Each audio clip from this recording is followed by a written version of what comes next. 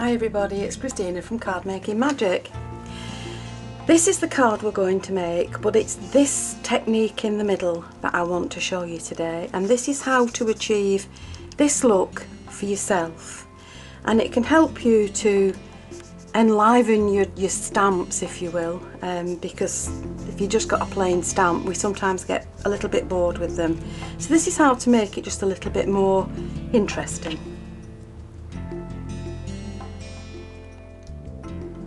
So what you need to do is stamp out your image or print your digital image out twice.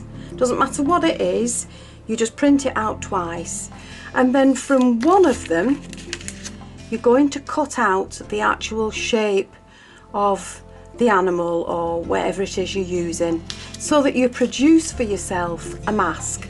But don't throw this away, you're going to need this. Okay?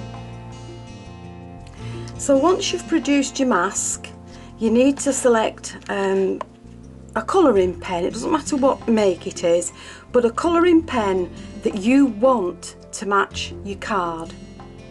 Now I've decided to use the turquoise one, and it's a pro marker. And all you're going to do is keep that to one side, and you're going to put your mask over the image.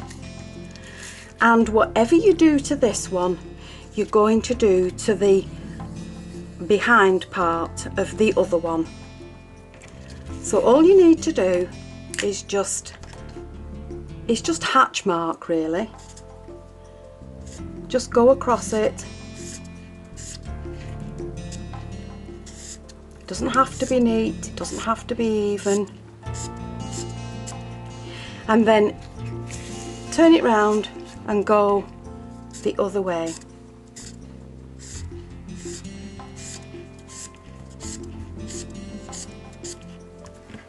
And then once you've done that and you remove your mask, you now have a gingham hippopotamus, and you're going to do the same to the bottom of the other one. Now you may decide to do it as I've done in hatch markings. You can put polka dots on it, or you can use 2 or 3 or as many colours as you want. If you're good at drawing, you may decide to put flowers on it, but as I say, whatever you do to the main image, you also need to do to the bottom part of the other one. And then what you're going to do is you're going to carefully cut out this image around the black line, but with this one all you're going to do is remove the head, so that you just have the bottom part. So I'm now going to go ahead and cut this out. I'll be back to you in a few seconds. So now, having got the 2 main parts to my card, I've decided that that's the colour scheme I'm going to use. So I've folded an A4 piece of card in half to make an A5 card, and I've rounded the edges with a corner punch. I've matted and layered some paper onto some turquoise card, and that's my next layer. Now all the other elements I've already gone ahead and produced, and what I've done with this is I've die cut from Spellbinders, from the turquoise card, a nice border, and I've glittered it up with some adhesive spray and some glitter, and I'm just going to attach that to the card so that it sits in the centre. I've cut myself a piece of ribbon that will fit across the front, and I've die cut myself a shape, a Spellbinders shape.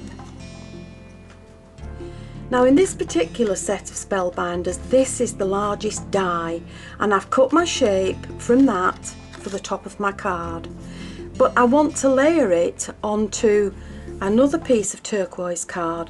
So what I've done is I've laid the die down, and I have pencil marked around the edge, and when I cut that out, that will give me a frame that is just slightly larger than the designer paper that I want to use. So I've gone ahead and glued the borders in place, and I've glued the ribbon in across the front, and all I've done is attached it to the back with double-sided tape. So using a wet glue, and I know people have asked me what do I mean by a wet glue. This is a dry glue, this is double-sided tape. It tends to dry out, so whatever you put to the front of your card will fall off eventually. So if you use a wet glue, a photo glue, this is a Cosmic Shimmer Dry Clear glue, or just an ordinary general all-purpose glue. Just use a little bit and stick this to the front of your card. Just leave a nice small border all around it as you start, as you lay it down. Now that won't fall off your card, okay? And there's the topper that I'm going to make on. I've glued the two in place. That's the small border using the nestabilities trick, and I'm going to add double-sided foam pads to the back of that just to raise it up a little bit.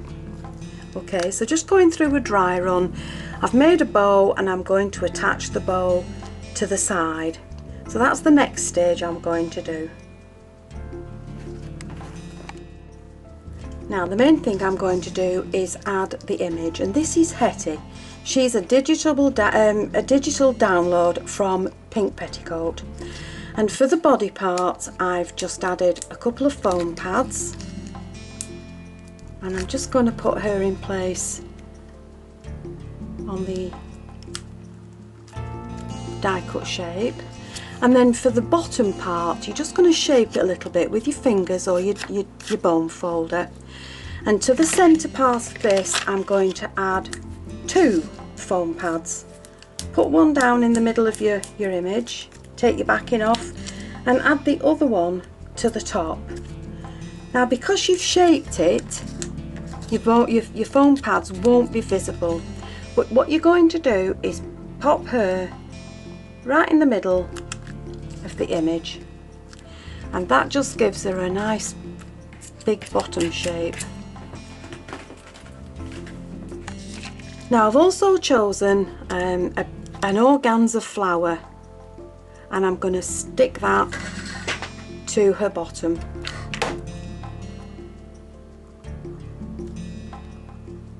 Okay, and the last thing I'm going to put into place at the moment now is the sentiment. And this sentiment comes along with the digital stamp, and I've just added foam pads to the back of it, and it says, "Does my bum look big in this?" And I'm just going to add that to the bottom of the card. Okay, so now once I've done that, I can now decide where I'm going to add my flourishes. So we'll just have a little dry run and see where we want to place them. Okay, but whatever you do to the outside, don't forget to do to exactly the same matted and layered piece inside, and that just brings your card together. Okay, so I'm now going to decide where I want these, and I'll come back to you in a moment once they're all glued in place. So there's the finished card, inside as well as out. And whatever you don't use on this project, keep safe, because you can always use them on another card when you decide to use that colour scheme. So there you have two cards, two different colourways, but both made the same way with the hand done image.